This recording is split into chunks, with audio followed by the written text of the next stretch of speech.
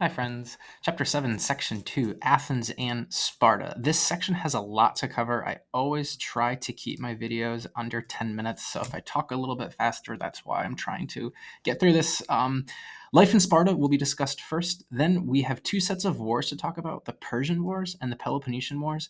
And then finally, we'll conclude with the fall of Athens. So this video talks first about Sparta. Sparta, famously, the warriors. Life in Sparta will be very different from life in Athens. Here is a picture from actually my college textbook. So I'm shifting my source.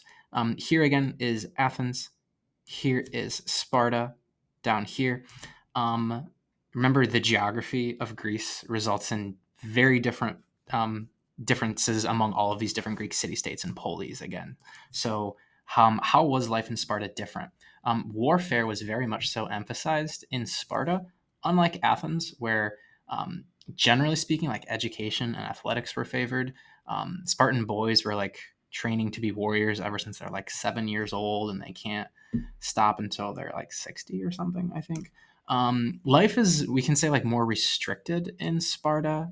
I think you have like fewer options to what you want to do growing up in that Greek polis versus in Athens. Autonomy was promoted.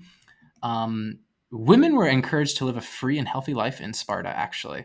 That would be very much so different, of course. We saw that in Greece or in Athens, where women were given virtually no rights. So, in many respects, the Spartans were ahead.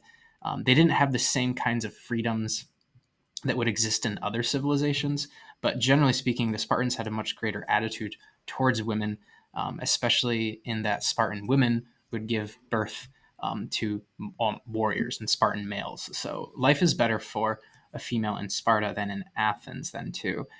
Here is the kind of the famous depiction, the helmet, the headwear. You can think of the 300 guy, right?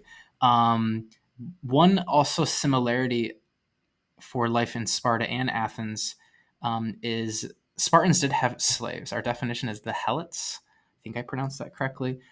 Interestingly enough, perhaps 1/5 of the people in Peloponnesus were helots. Peloponnesus is this peninsula down here. It's the name given to this part. And then there's a theory that to prevent the helots from rising up, the Spartans emphasized strength and war. So if you're going to have a large number of slaves, you have to have a strong army to keep them down. So slavery accepted in both of those two polis. The next thing we'll talk about is called the Persian Wars, and what happened in the three different wars. This is the Persian Empire. Here's Greece, where we've been talking about Athens and Sparta. At the time, there was an empire that was ruled, that stretched from the Indus River in India through Mesopotamia and into Egypt and all of Asia Minor and parts of northern Greece and Macedonia. And this is known as the Persian Empire. One thing to think about, the Persians are often portrayed like as the bad guy in popular films and books, but history might show otherwise.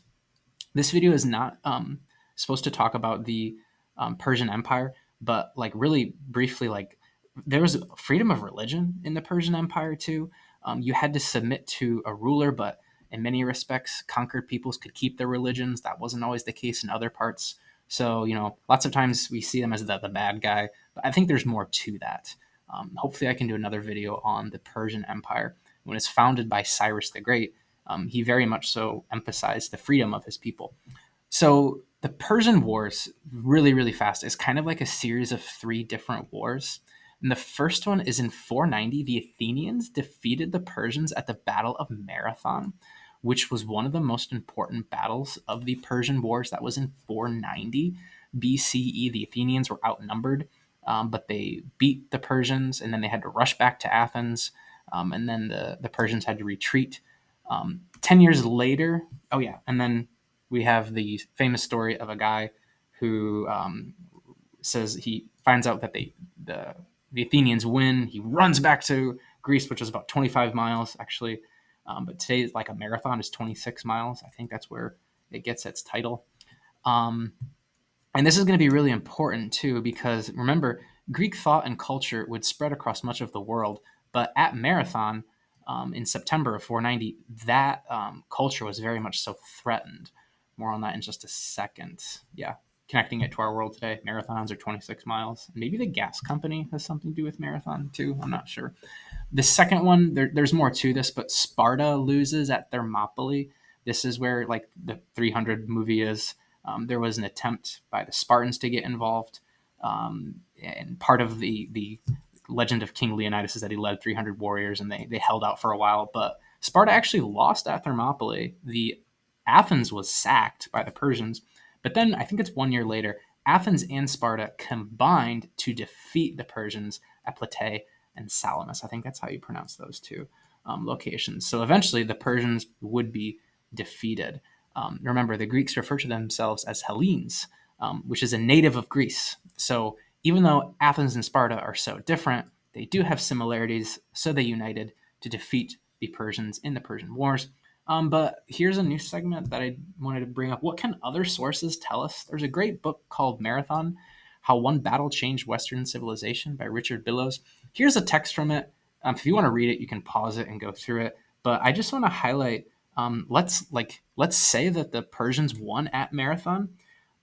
It says right here, all that means that classical Greek history and culture truly hung in the balance on that August day. I thought it was September, on the plain of Marathon.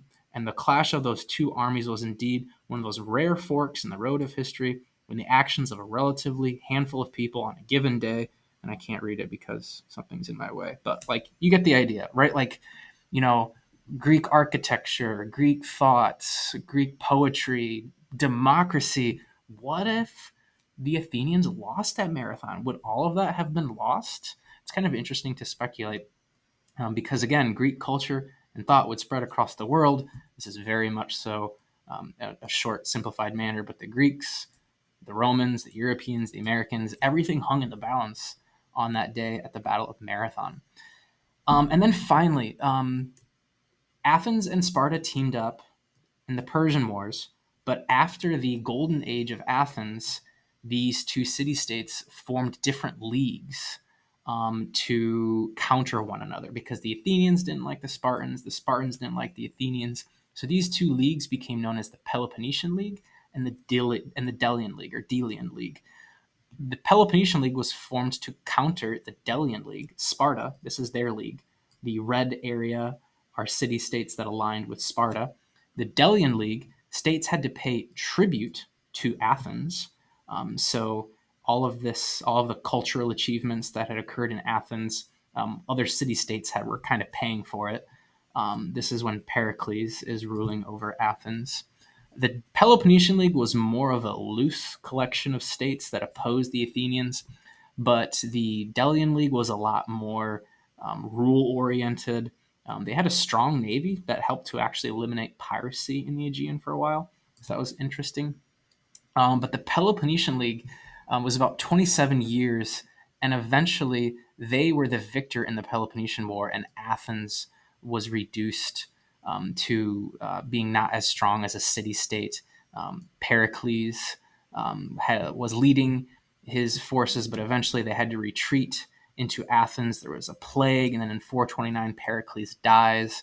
In 404, the Peloponnesian War ends, and Athens has to surrender to Sparta, and they are never as strong again. So, and actually, it's interesting too. The Spartans at the end of the war allied with the Persian Empire to help defeat Athens. So that kind of tells you how different circumstances leads to different alliances.